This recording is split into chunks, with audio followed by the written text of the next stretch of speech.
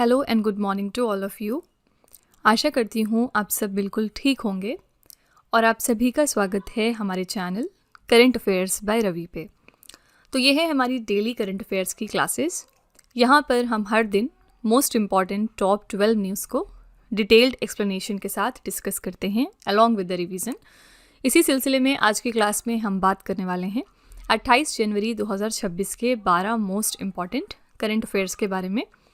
तो फ्रेंड्स, अगर आप इनमें से किसी भी एग्ज़ाम की तैयारी कर रहे हैं तो ये हमारी क्लासेस आपके लिए बहुत हेल्पफुल रहने वाली हैं, क्योंकि हम अपने सेशंस में इन्हीं एग्ज़ाम्स को टारगेट करते हैं।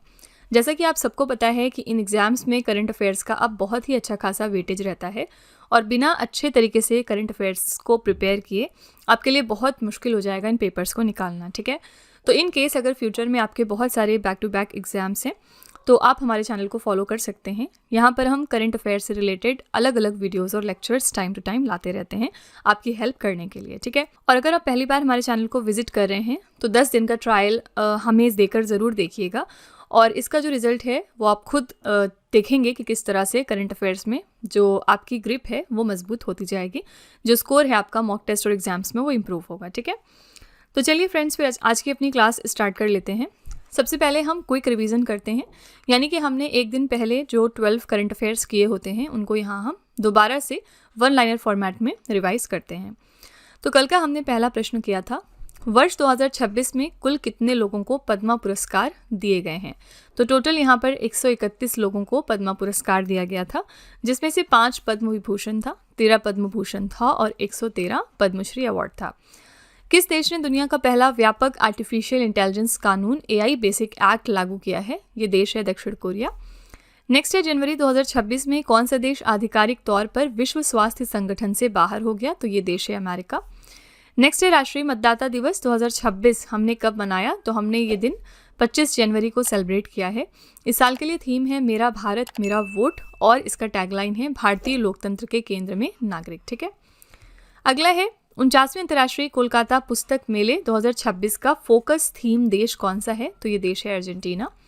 नेक्स्ट है, the world university ranking by subject 2026 में शीर्ष 100 में जगह बनाने वाला एकमात्र भारतीय संस्थान कौन सा बना। ये है Indian institute of science Bengaluru और कंप्यूटर विज्ञान विषय श्रेणी में इसको 96 नंबर का स्थान मिला है। नेक्स्ट है, जनवरी 2026 में किस सरकार ने मुफ्त कैशलेस चिकित्सा देखभाल के लिए मुख्यमंत्री सेहत योजना की शुरुआत की। ये शुरुआत की है पंजाब की सरकार ने। अगला है, 500 सिंगल्स मुकाबले जीतने वाली पहली भारतीय शटलर और दुनिया की छठी प्लेयर कौन बन गई। इनका नाम है PV सिंधु। नेक्स्ट है, व्यक्तिगत श्रेणी में सुभाष चंद्र बोस आपदा प्रबंधन पुरस्कार 2026 से किसे सम्मानित किया गया। तो ये है सीता अशोक शेल्के।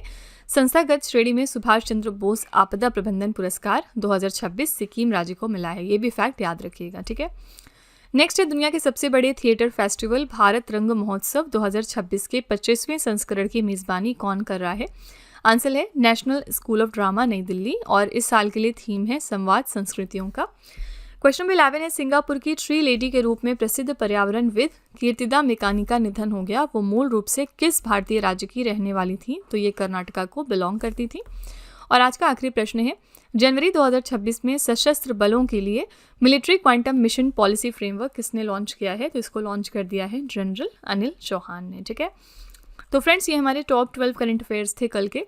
अगर आप इनको और अच्छे तरीके से समझना चाहते हैं, हर क्वेश्चन की डिटेलिंग जानना चाहते हैं, तो आप हमारा कल का लेक्चर ज़रूर रेफर करिएगा। ठीक है, बाकी चलिए हम आज की अपनी क्लास अब शुरू कर लेते हैं।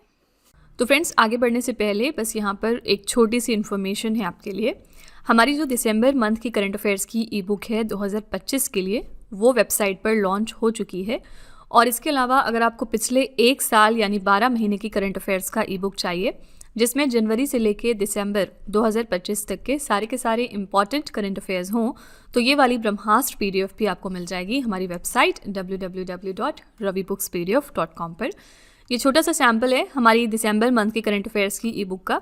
आप यहाँ पर देख सकते हैं कि 500 से ज़्यादा प्रश्न हमने डिस्कस किए हैं और हमारे हर क्वेश्चन की खासियत ये है कि हर क्वेश्चन में हमने यहाँ पर highlights, important point, static GK और पिक्चर्स का इस्तेमाल किया है, ताकि आपको प्रॉपर अंडरस्टैंडिंग हो सके हर प्रश्न में और आपको बिल्कुल भी परेशानी ना आए इसको समझने में। ठीक है, तो अगर आप इंटरेस्टेड हैं, अगर आप हमारी इन्हीं बुक्स को परचेज़ करना चाहते हैं, तो ये वेबसाइट है, आप यहाँ पर जाकर इनको ज़रूर चेकआउट करिएगा।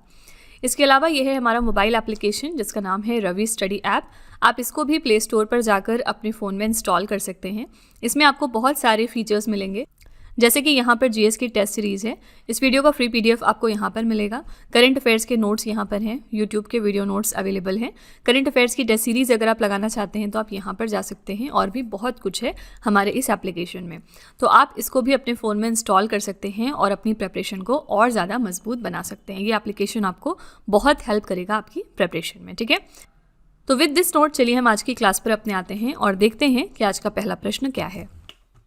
आज का पहला प्रश्न है, जनवरी 2026 में ओलंपिक काउंसिल ऑफ एशिया का नया अध्यक्ष किसे चुना गया है।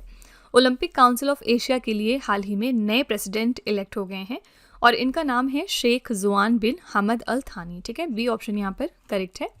कतर देश से हैं ये, तो इनको ओलंपिक काउंसिल ऑफ एशिया का नया अध्यक्ष चुन लिया गया और वो भारत के रणधीर सिंह का स्थान लेंगे, ठीक है। तो किसको रिप्लेस कर रहे हैं ये भी याद रखिएगा क्योंकि ये भारतीय हैं। एशियाई ओलंपिक परिषद की यहाँ पर बात करेंगे तो इसकी स्थापना हुई थी 16 नवंबर 1982 को। मुख्यालय इसका कुवैत के कुवैत सिटी में लोकेटेड है। सदस्य इसके कौन हैं, तो 45 राष्ट्रीय ओलंपिक समितियां इसकी सदस्य हैं, ठीक है। तो याद रखिएगा कि नए president Olympic council of Asia के लिए बन गए हैं शेख जुआन बिन हमद अल थानी और ये रिप्लेस कर रहे हैं इंडिया के रणधीर सिंह को। फाइन, चलिए फ्रेंड्स, थोड़ी सी अंतर्राष्ट्रीय नियुक्तियां यहाँ पर हम एक बार रिवाइज कर लेते हैं। इंटरपोल के नए अध्यक्ष बन गए हैं लुकास फिलिप। मेटा की नई अध्यक्ष और उपाध्यक्ष बनी है दीना पॉवेल मैककॉर्मिक। संयुक्त राष्ट्र पर्यटन संगठन की महिला सचिव पहली बार बनी है शेखा अल नुवैस। न्यू डेवलपमेंट बैंक के नए उपाध्यक्ष का नाम है डॉक्टर राजीव रंजन। अंतर्राष्ट्रीय मुद्रा कोष में कार्यकारी निदेशक बन गए हैं मिस्टर उर्जित पटेल। अंतर्राष्ट्रीय ओलंपिक समिति की पहली महिला अध्यक्ष यहाँ पर बनी क्रिस्टी कॉवेंट्री। अंतर्राष्ट्रीय क्रिकेट परिषद का नया सीईओ बन गए हैं संजोग गुप्ता।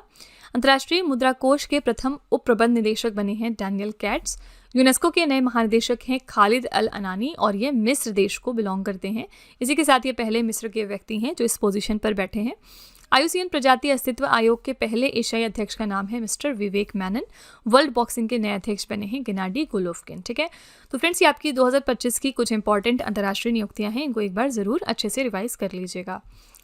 क्वेश्चन नंबर 2 पे चलते हैं। भारत के सर्वोच्च शांतिकालीन वीरता पुरस्कार अशोक चक्र से किसे सम्मानित किया जाएगा।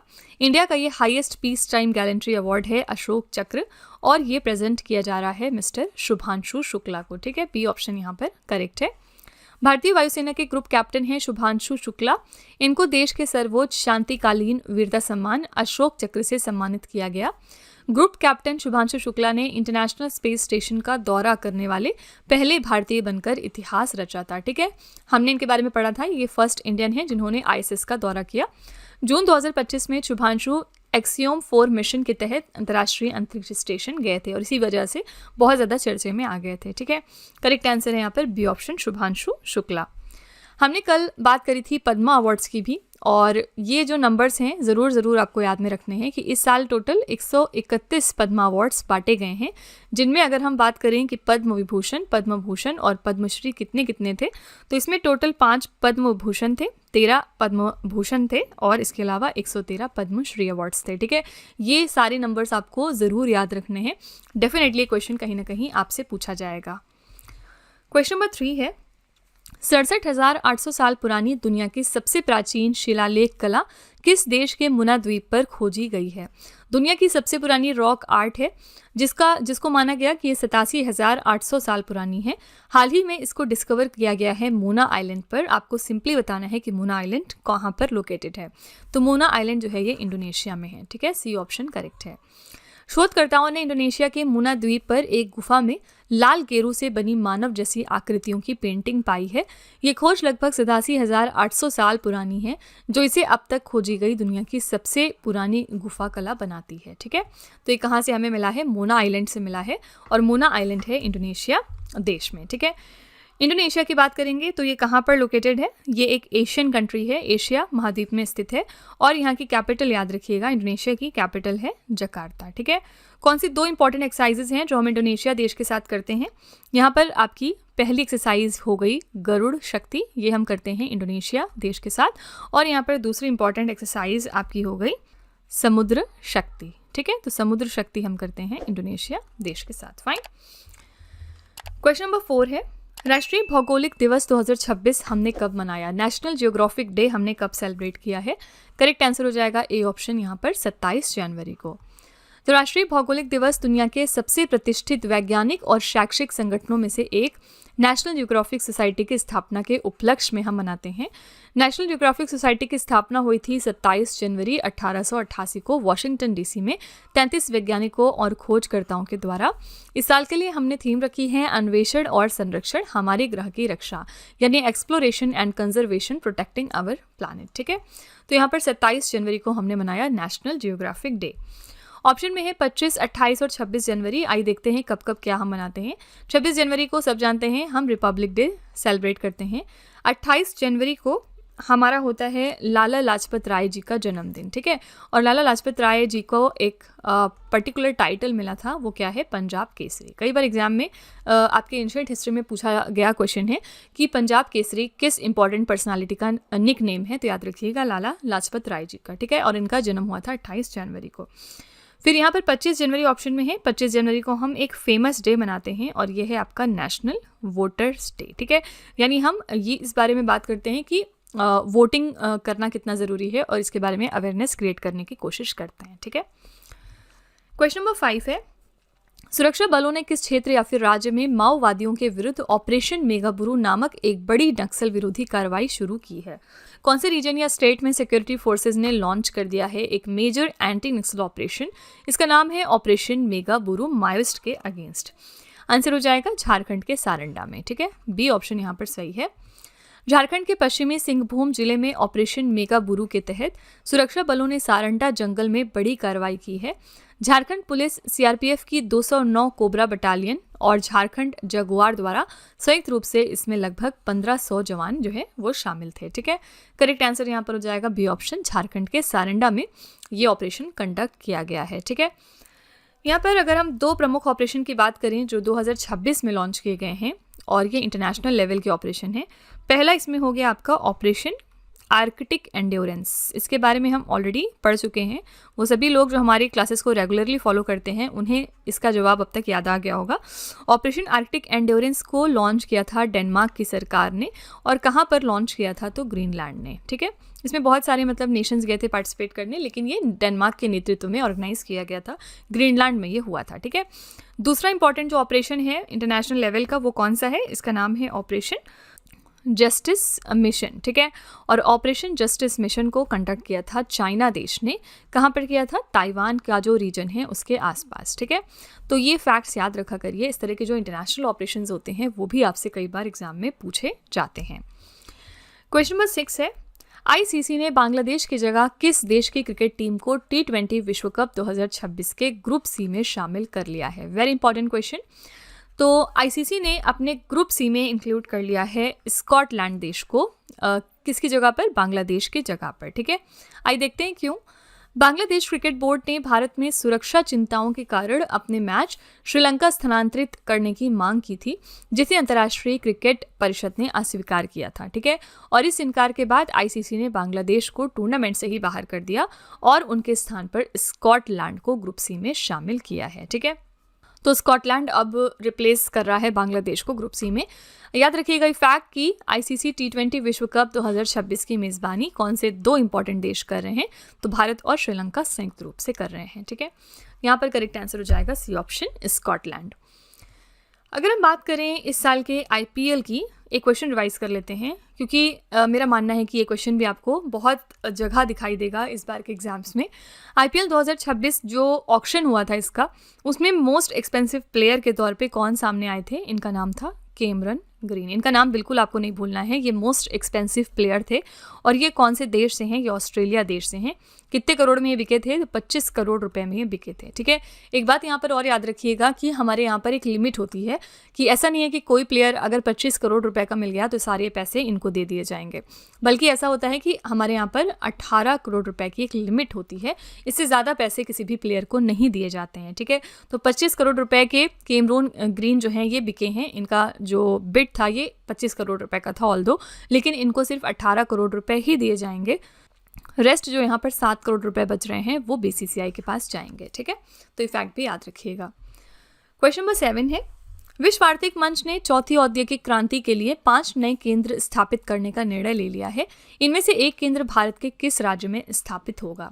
तो वर्ल्ड इकोनॉमिक फोरम ने डिसाइड किया है कि वो 5 नए सेंटर्स इस्टेब्लिश करेंगे अंडर 4th इंडस्ट्रियल रिवोल्यूशन। इनमें से इनका एक जो सेंटर है वो इंडिया के अंदर इस्टेब्लिश होने वाला है आंध्र प्रदेश राज्य में। ठीक है, तो आंध्र प्रदेश के अलावा जो इनके दूसरे केंद्र हैं वो कौन कौन से देश में इस्टेब्लिश होंगे? फ्रांस, ब्रिटेन और संयुक्त अरब अमीरात में। भारत में पहले से ही ऐसे 2 केंद्र मौजूद हैं, एक मुंबई में है और दूसरा तेलंगाना में। उद्देश्य क्या है? ये केंद्र सरकारों, व्यवसायों और शिक्षाविदों को नवीनतम तकनीकों जैसे आर्टिफिशियल इंटेलिजेंस और इंटरनेट ऑफ थिंग्स का उपयोग करके वैश्विक चुनौतियों का समाधान करने के लिए एक साथ लाएंगे। ठीक है, तो ये सेंटर इस्टेब्लिश होगा आंध्र प्रदेश राज्य में, इंडिया के अंदर। ओके, वर्ल्ड इकोनॉमिक फोरम का हेडक्वार्टर कहाँ पर लोकेटेड है? तो स्विट्जरलैंड देश में। ओके, क्वेश्चन नंबर 8 है, गणतंत्र दिवस 2026 की पूर्व संध्या पर राष्ट्रपति द्रौपदी मुर्मू ने कुल कितने सशस्त्र बलों के जवानों के लिए वीरता पुरस्कारों की मंजूरी दी है? तो प्रेसिडेंट द्रौपदी मुर्मू ने यहाँ पर in total 70 gallantry awards approve किए हैं। और किसके लिए? तो हमारे आर्म्ड फोर्सेस पर्सोनल के लिए। ठीक है, तो राष्ट्रपति ने कुल 70 वीरता पुरस्कारों की मंजूरी दी है, जिसमें 6 मरणोपरांत सम्मान शामिल हैं। इन पुरस्कारों में से 1 अशोक चक्र, 3 कीर्ति चक्र और 13 शौर्य चक्र शामिल हैं। नायब सूबेदार डोलेश्वर सुब्बा, मेजर अर्शदीप सिंह और ग्रुप कैप्टन प्रशांत पाल कृष्णन नायर को कीर्ति चक्र से यहाँ पर सम्मानित किया गया। याद रखिएगा, कर्नल सोफिया कुरैशी को ऑपरेशन सिंदूर में उनकी भूमिका के लिए विशिष्ट सेवा पदक से सम्मानित किया गया है। ठीक है, कर्नल सोफिया कुरैशी बहुत ज़्यादा न्यूज़ में आई थी ऑपरेशन सिंदूर के दौरान। तो यहाँ पर करेक्ट आंसर है 70। यहाँ पर in total 70 gallantry awards approve किए गए हैं हमारे आर्म्ड फोर्सेस पर्सोनल के लिए। ठीक है, रिपब्लिक डे के बारे में एक इंपॉर्टेंट फैक्ट याद रखिएगा। देखिए, 3 इंपॉर्टेंट डेट्स होती हैं, मैंने आपको पद्मा अवार्ड्स वाली वीडियो में बताया था। पहली आपकी डेट हो गई 15 अगस्त 1947। इस दिन क्या हुआ था? इस दिन हमारा देश आज़ाद हुआ था, इसलिए हम इस दिन इंडिपेंडेंस डे सेलिब्रेट करते हैं। ठीक है, दूसरी इंपॉर्टेंट डेट है आपकी 26 नवंबर 1949। इस दिन क्या हुआ था? इस दिन हमारा कॉन्स्टिट्यूशन बन के तैयार हो गया था, इसलिए हम इस दिन कॉन्स्टिट्यूशन डे सेलिब्रेट करते हैं। और तीसरी इंपॉर्टेंट डेट है आपकी 26 जनवरी 1950। इस दिन क्या हुआ था? हमारा जो कॉन्स्टिट्यूशन है वो इफेक्ट में आ गया था और इसीलिए हम इस दिन रिपब्लिक डे मनाते हैं। ठीक है, ऑल्दो हमारा जो कॉन्स्टिट्यूशन है वो 26 नवंबर को तैयार हो गया था, लेकिन ठीक इसके 2 महीने के बाद ये जो कॉन्स्टिट्यूशन है ये इफेक्ट में आया था, यानी कि इम्प्लीमेंट हुआ था, इसीलिए हम 26 जनवरी को रिपब्लिक डे सेलिब्रेट करते हैं। ओके, क्वेश्चन नंबर 9 है, जनवरी 2026 में भारतीय रेलवे ने यात्रियों की सुरक्षा और सहायता के लिए किस रेलवे स्टेशन पर ASC अर्जुन नामक एक ह्यूमनॉइड रोबोट तैनात किया है? कौन से रेलवे स्टेशन पर यह ह्यूमनॉइड रोबोट डिप्लॉय हो गया है? आंसर हो जाएगा विशाखापट्टनम में। ठीक है, तो ASC अर्जुन नामक ह्यूमनॉइड रोबोट विशेष तौर पर यात्रियों की आवाजाही के सबसे व्यस्त समय के दौरान स्टेशन संचालन में सहायता के लिए RPF कर्मियों के साथ मिलकर काम करेगा। ठीक है, तो इस रोबोट का नाम क्या है? ASC अर्जुन। कहाँ पर डिप्लॉय हो रहा है? तो विशाखापट्टनम के रेलवे स्टेशन पर। ठीक है, इसी के साथ पिछले दिनों हमने स्कॉर्प के बारे में पढ़ा था। स्कॉर्प क्या चीज़ है? ये इंडिया का पहला लेग्ड मोबाइल मैनिपुलेटर है, first Indian legged mobile manipulator. ठीक है, आपको याद रखना है कि इसको किसने डेवलप किया है। इसका नाम क्या है? स्कॉर्प, ये भी याद रखिएगा। और इसको डेवलप किसने किया था? तो इसको एक्सटेरा रोबोटिक्स ने डेवलप किया था। कोई भी चीज़ पहली बार होती है तो वो आपके एग्जाम के लिए डबल इंपॉर्टेंट रहती है। क्वेश्चन नंबर 10 है, जनवरी 2026 में रूस, यूक्रेन और अमेरिका के प्रतिनिधियों की शांति वार्ता बैठक का पहला दौर किस शहर में आयोजित हुआ है? तो first round of peace talks between the representatives of Russia, Ukraine and US, ये कहाँ पर हुआ है? आंसर हो जाएगा बी ऑप्शन, अबू धाबी में। तो ये त्रिपक्षीय बैठक है, 4 साल के लंबे अंतराल के बाद कंडक्ट हुई है। इसमें यूक्रेन के रक्षा मंत्री रुस्तेम उमेरोव, अमेरिका के विशेष दूत स्टीव विटकॉफ और जेरेड कुशनर तथा रूस के एडमिरल इगोर कोस्ट्यूकोव जैसे प्रतिनिधि शामिल थे। उद्देश्य क्या था? यूक्रेन संकट के राजनीतिक समाधान को खोजना। ठीक है, तो ये जो फर्स्ट राउंड था पीस टॉक का इन तीनों देशों के बीच का, ये कहाँ पर हुआ है? आंसर है अबू धाबी में। ठीक है, US की यहाँ पर थोड़ी सी बात करते हैं। जो US के प्रेसिडेंट हैं डोनाल्ड ट्रंप, हाल ही में इन्होंने एक बहुत ही चौंकाने वाला अनाउंसमेंट किया था, जिसमें इन्होंने ये बताया कि वर्ल्ड हेल्थ ऑर्गेनाइजेशन को क्विट कर रहे हैं। ठीक है, वर्ल्ड हेल्थ ऑर्गेनाइजेशन से अपनी मेंबरशिप को ख़त्म कर रहे हैं। और इसके पहले इन्होंने ये भी अनाउंसमेंट किया था कि ये 66 टोटल इंटरनेशनल ऑर्गेनाइजेशन से अपने आप को विथड्रॉ करेंगे। इसी सिलसिले में ये इनका पहला कदम है जिसमें WHO से क्विट कर रहे हैं। ठीक है, क्वेश्चन नंबर 11 है, बागुरुम्बा किस समुदाय का पारंपरिक लोक नृत्य है जिसके ऐतिहासिक उत्सव में प्रधानमंत्री नरेंद्र मोदी ने जनवरी 2026 में भाग लिया? सिंपली आपसे पूछा जा रहा है कि जो बागुरुम्बा है ये कौन सी कम्युनिटी का एक ट्रेडिशनल फोक डांस है। करेक्ट आंसर हो जाएगा बी ऑप्शन, यहाँ पर बोडो कम्युनिटी का। ठीक है, इसमें प्राइम मिनिस्टर मोदी जी ने खुद पार्टिसिपेट किया था। तो भारत के प्रधानमंत्री नरेंद्र मोदी ने असम में पारंपरिक बागुरुम्बा नृत्य देखा जिसमें 10,000 से अधिक कलाकार शामिल हुए थे।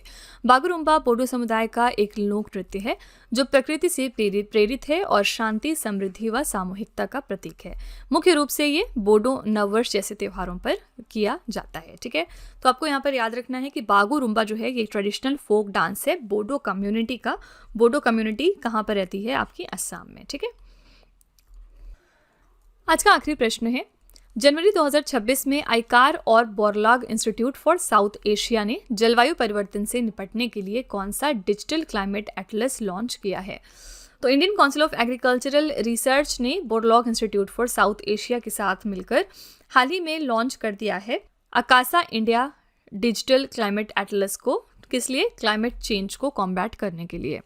अकासा का फुल फॉर्म है Atlas of climate adaptation in south Asian agriculture, और यहाँ पर उद्देश्य है ये एटलस कृषि जलवायु जोखिमों की मैपिंग करेगा और किसानों को जलवायु परिवर्तन के प्रभाव के अनुसार फसल चयन और प्रबंधन में मदद करेगा। ठीक है, तो यहाँ पर करेक्ट आंसर है अकासा इंडिया। तो फ्रेंड्स, ये थे हमारे आज के टॉप 12 करंट अफेयर्स और हमने हर क्वेश्चन को अच्छे से डिस्कस किया। आई रियली होप कि आपको सारे क्वेश्चन समझ में आ गए होंगे। चलिए फिर आपके टेस्ट पर चलते हैं। लास्ट में हम आपके लिए 3 क्वेश्चन का एक छोटा सा टेस्ट रखते हैं ताकि आप खुद को एनालाइज कर सकें और ये देख सकें कि आपने कितना पढ़ा, कितना समझा।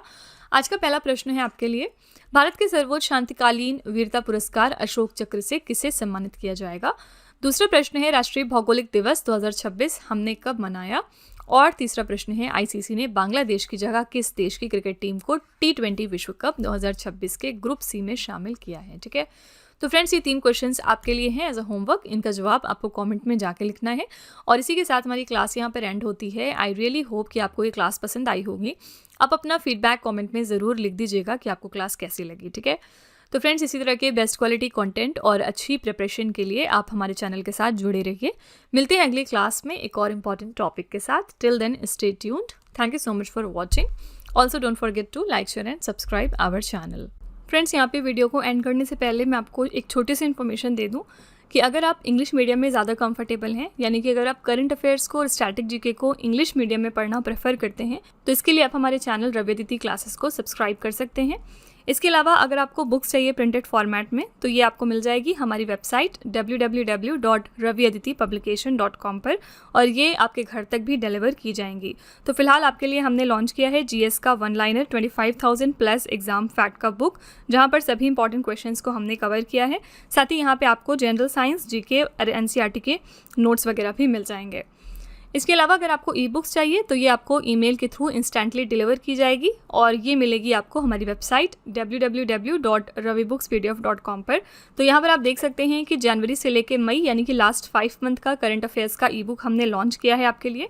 इसके अलावा मंथली और ईयरली ई बुक्स भी मिल जाएंगी। साथ ही 11,000 प्लस जीके जीएस का बुक भी आपके लिए अवेलेबल किया गया है। ठीक है, तो अगर आपको इनमें से कोई भी ई बुक चाहिए तो इस वेबसाइट पर जाके आप इनको परचेज कर सकते हैं। साथ ही ये हमारा मोबाइल एप्लीकेशन है जिसका नाम है रवि स्टडी ऐप। अगर आपको इस वीडियो का फ्री पीडीएफ चाहिए तो आप यहाँ पर जाके इसको डाउनलोड कर सकते हैं। इस एप्लीकेशन में और भी चीज़ें हैं आपके लिए, जैसे कि जीएस की टेस्ट सीरीज़, करंट अफेयर्स के नोट्स, यूट्यूब के वीडियो नोट्स, करंट अफेयर्स की ई बुक्स, जीके जीएस की ई बुक्स एटसेट्रा। ठीक है, तो आप इस एप्लीकेशन को डाउनलोड करके फर्दर एक्सप्लोर कर सकते हैं। और सभी वीडियोस और ई बुक से रिलेटेड जो अपडेट्स हैं वो आपको मिलेगी हमारे Telegram channel current affairs by Ravi पर। तो इसको भी आप ज़रूर ज्वाइन कर लीजिएगा जिससे कि आप हमारे सारे न्यू लॉन्चेस से अपडेटेड रहें। ठीक है।